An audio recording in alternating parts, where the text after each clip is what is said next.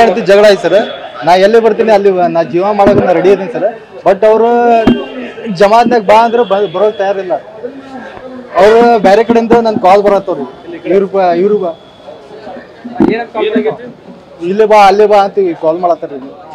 ಅದಕ್ಕೆ ನನ್ಗೆ ನಾನು ತಡ್ಕೊಳಕ್ ಆಗತ್ತಿಲ್ಲ ಸರ್. ಏನ್ ಮಾಡ್ತೀರಿ ನಾ ಏನ್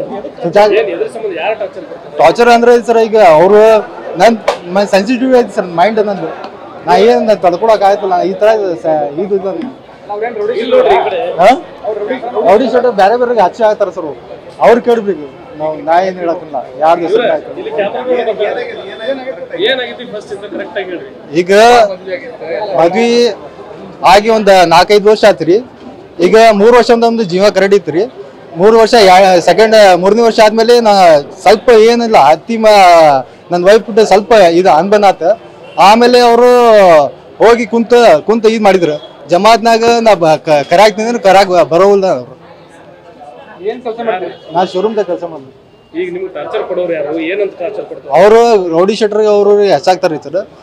ನನ್ಗೆ ತಡ್ಕೊಳಕ್ ಆಗತ್ತಿಲ್ಲ.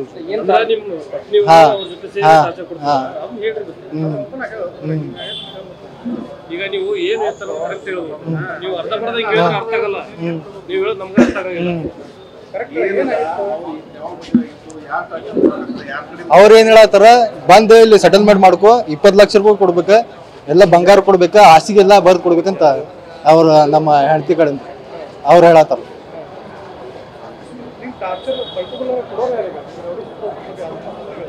ಆದ್ರೆ ಇಲ್ಲಿ ಮ್ಯಾಗ ಅದಾರಿ ಸರ್, ಅವರು ಮಾತಾಡ್ರಿ ಮ್ಯಾಗ ಅದಾರಿ. ನಾ ಹೆಸರು ಹೇಳಂಗಿಲ್ರಿ. ಅವ್ರ ಅಣ್ಣಾರ ಕೂಡ ಅವ್ರ ಎಲ್ಲಾ ಅಟ್ಯಾಚ್ ಮಾಡತ್ತಾರಿ, ಕಾಂಟ್ಯಾಕ್ಟ್ ಮಾಡತ್ತಾರಿ. ನಾ ಏನ್ ಮಾಡತ್ತಿಲ್ಲ. ಅವ್ರ ಅಣ್ಣ ಕೂಡ ಕಾಂಟ್ಯಾಕ್ಟ್ ಮಾಡತ್ತಾರ. ನಂದು ಮನೆ ಈಶ್ವರನಗರದಲ್ಲಿ ಸಾದಿಕ್ ಅಂತ, ಮೊಹಮ್ಮದ್ ಸಾದಿಕ್.